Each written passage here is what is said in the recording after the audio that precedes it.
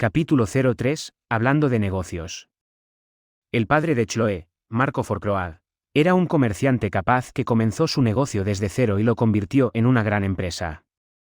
Con su aguda perspicacia comercial y su juicio sensato, fue una figura prominente y respetada entre sus compañeros comerciantes. Sin embargo, a pesar de sus impresionantes logros como comerciante, había elegido enviar a su hija a la Academia Saint Noel en lugar de entrenarla para hacerse cargo del negocio familiar. Su razonamiento era simple: quería que su hija tuviera el mejor futuro posible. Él quería que ella fuera educada en el mejor ambiente de enseñanza que el continente tenía para ofrecer y, siendo consciente de su timidez, esperaba que ella también hiciera algunos amigos allí. Por supuesto, si dichos amigos eran miembros de la nobleza, mejor aún. Después de todo, era un hombre de negocios consumado y no estaba por encima de ser amistoso con algunos nobles ricos a través de las conexiones de su hija. Así funcionaban los comerciantes. Tenían un buen ojo para las ganancias, nunca dejaron pasar la oportunidad de ganar dinero y operaron bajo el principio: todo es pescado que viene a la red. Para él, una negociación comercial fue una batalla de ingenio en la que cada parte intentó todo lo posible para maximizar sus ganancias. Siempre hubo un ganador y un perdedor. Después de haber vivido en el mundo del comercio durante la mayor parte de su vida, su lema era: aprovechar cada oportunidad que se le presente y hacer que todo se convierta en una oportunidad. Sin embargo, incluso él no había esperado que su hija se hiciera amiga de la princesa de un vasto imperio. Mi querida hija, hacerse amiga de la princesa es agradable y todo, pero la próxima vez, tal vez intente con alguien que induzca un poco menos de infarto. A pesar de sus reservas, había decidido visitar Tearmont. Por un lado, dejar pasar un golpe tan repentino de buena fortuna era contrario al lema de su comerciante. Sin embargo, lo que era más importante, quería tener la oportunidad de conocer a la primera amiga que su hija había hecho. Dio la casualidad de que también tenía un trato que cerrar cerca, por lo que el tiempo funcionó a la perfección. Después de enviar una solicitud para una audiencia con la princesa Mia, él procedió a buscar alojamiento cerca. Imaginando que alguien conocido como la gran sabia del imperio sin duda sería una persona muy ocupada y requeriría que esperara un momento por su respuesta. En lugar tanto por esperar, Marco pensó mientras entraba en la sala de audiencias. Estaba preparado para agacharme durante unas 2 semanas. ¿Quién hubiera pensado que estaría de acuerdo en verme casi de inmediato? Miró a la joven que tenía delante y observó la alegre sonrisa que mostraba, y, tal como Chloe había mencionado, los destellos de inteligencia en sus ojos. Lento pero seguro, comenzó a hundirse en que estaba mirando a Mia Luna Tearmont, la princesa del Imperio Tearmont. Me siento muy honrado de haber recibido una audiencia con usted, Alteza, dijo en un tono de absoluto respeto. Soy el padre de Chloe, Marco Fourcroyd. Soy el dueño de una empresa comercial, pero me han otorgado el título de caballero. Bienvenido, señor Marco Fourcroyd. Es un placer conocerlo. Espero que a Chloe le vaya bien. Muy bien, sí. Ella habla con cariño de su amabilidad y consideración. Intercambiaron algunas bromas más antes de que Mia cayera en un silencio contemplativo. Luego dijo en voz baja: por cierto, Sir Marco, tengo una pregunta para usted. ¿Te sería posible transportar algunos productos desde el otro lado del mar? Oh, porque sí. Ciertamente es posible. Mi empresa posee una gran cantidad de buques mercantes. Si los necesita, estaremos encantados de ayudarle. Sintiendo que una oportunidad de negocio estaba en marcha, Marco puso su mejor sonrisa de vendedor. ¿Qué tipo de bienes tiene en mente Su Alteza? ¿Especias, tal vez? ¿O algunas alfombras exóticas? Los del extranjero son de excelente calidad y muy populares entre la nobleza del imperio. Quiero trigo. Miró a Mia por un momento, tratando de comprender las palabras que acababan de salir de su boca. Ella le estaba pidiendo que transportara trigo a Tearmont desde el otro lado del mar. Para un comerciante, la idea parecía poco menos que ridícula. ¿Por qué transportar trigo desde el extranjero cuando estaba allí? Tanto el imperio como sus reinos vecinos cultivaron su propio trigo. No era necesario, sin importar ningún beneficio discernible, ponerlo en un barco y transportarlo a través de una larga distancia. En pocas palabras, El negocio consistía en comprar en lugares que tenían cosas e ir a lugares que no tenían esas cosas para venderlas a un precio más alto. Si hubiera una hambruna o algo así, podría obtener un beneficio de un barco lleno de trigo extranjero, pero no había forma de que ganara dinero de esa manera durante los tiempos normales. Dudaba que incluso pudiera recuperar los costos de envío. Después de todo, ¿quién iba a pagar más por el trigo? Podrían ir a comprarlo en su tienda local. No era como si el trigo extranjero tuviera propiedades especiales, y parecía poco probable que un viaje a través del mar lo hiciera probar mejor. La idea era bastante extraña como es, pero Mia procedió a agregar un apéndice a su propuesta que hizo que sus ojos se abrieran aún más. Además, hay una condición: el precio debe decidirse de antemano con una garantía para cumplirlo, pase lo que pase después. Con lo cual, ¿quieres decir? Incluso si ocurre una hambruna, no se permitirán aumentos en el precio. Eso es. La propuesta de la princesa fue tan desconcertante como escandalosa. La adición de tal condición al acuerdo significaría que no había nada para su compañía. Si bien podía ver que el imperio ganaría al asegurar una fuente estable de alimentos en el caso de una hambruna, Fourcroy dijo, no obtendría ningún beneficio del acuerdo. Eso es tan ridículamente unilateral. Marco hizo una pausa, su línea de pensamiento interrumpida por un recuerdo repentino de cómo su hija había hablado de Mia. La voz de Chloe hizo eco en su mente, describiendo a la princesa como una persona que nunca usaría su poder para obligar a otros a hacer las cosas a su manera.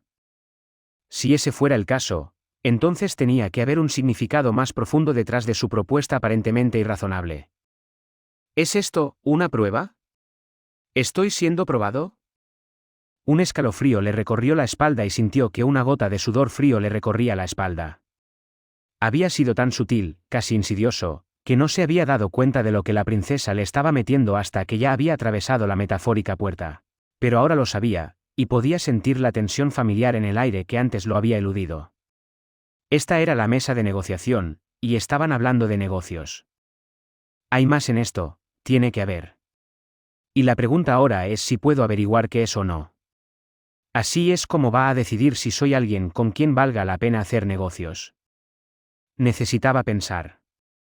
¿De qué se trataba esta propuesta que le haría querer firmar?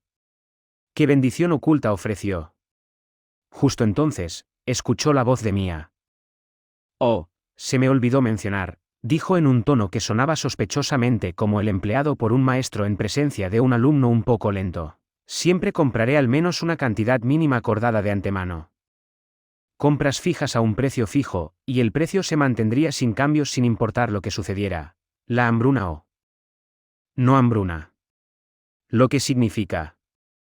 Marco dio vueltas al rompecabezas de la propuesta de Mia en su mente, girándolo y dándole vueltas junto con las pistas que había ofrecido hasta que todas las piezas encajaron y llegó a una conclusión. ¿Será un producto que no se ve afectado por las fluctuaciones del mercado? Cambió la idea varias veces y evaluó sus pros y sus contras, de la misma manera que siempre lo hacía cuando se enfrentaba a una nueva propuesta. Como comerciante, el proceso era ahora una segunda naturaleza. El trueno mental de shock que siguió, sin embargo, fue considerablemente menos rutinario. Si tengo que transportarlo desde el extranjero, dijo después de recoger sus pensamientos. Tendré que fijar el precio más alto de lo habitual. Su Alteza ha considerado este problema. Pensó que había descubierto lo que la princesa tenía en mente, pero quería confirmación. Su respuesta a esta pregunta proporcionaría exactamente eso. Sin embargo, Mia no respondió. En cambio, el joven oficial de pie detrás de ella se acercó y le entregó un trozo de pergamino. Estos son los detalles del contrato, dijo Ludwig. Marco leyó su contenido y dejó escapar un suspiro pensativo. Esto es, un precio fascinante, pensó mientras reflexionaba sobre las implicaciones. Mientras tanto, Mia burbujeaba de satisfacción por comprar su trigo a bajo precio. De hecho, ella había ofrecido lo que pensó que era un muy buen precio, para ella, eso es. Sin el conocimiento de Mia, sin embargo, su definición de barato era terriblemente sesgada en comparación con la mayoría de la gente. Después de todo, su punto de referencia era la hambruna misma, durante la cual los precios se volvieron locos y una bolsa de trigo valió la pena un castillo. Entonces, ¿Cómo era su precio para un par de ojos normales? Incluso teniendo en cuenta los costos de transporte incurridos por largas distancias, esto todavía está en el lado más alto de las cosas.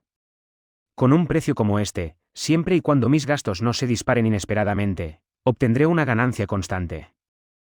Marco entendió que la propuesta de Mia era un acuerdo mutuamente beneficioso. A cambio de pagarle una prima cuando las cosas iban bien, él la ayudaría en tiempos difíciles. En esencia, estaba presentando un acuerdo muy similar en concepto a algo que aún no existía en este mundo: los seguros. Pero espera. Aún hay más. Los engranajes de su mente mercantil capaz continuaron girando, y se encontró con otro corolario importante de esta propuesta. De hecho, fue el mérito más significativo de participar en el plan de Mia. Se dio cuenta de que conduciría al mantenimiento continuo de las cadenas de suministro. Considere la siguiente pregunta: ¿por qué el precio de los alimentos aumenta durante las hambrunas para empezar? Por supuesto, el desequilibrio entre la oferta y la demanda fue un factor, pero incluso si se eliminaran sus efectos, el precio del trigo aún tendría que subir. ¿Por qué? Porque el costo del trigo también subió. Supongamos que tratara de importar trigo del extranjero. Como nunca antes había comerciado con trigo, Fourcroy dijo: tendría que comenzar por encontrar y hablar con los productores extranjeros de trigo.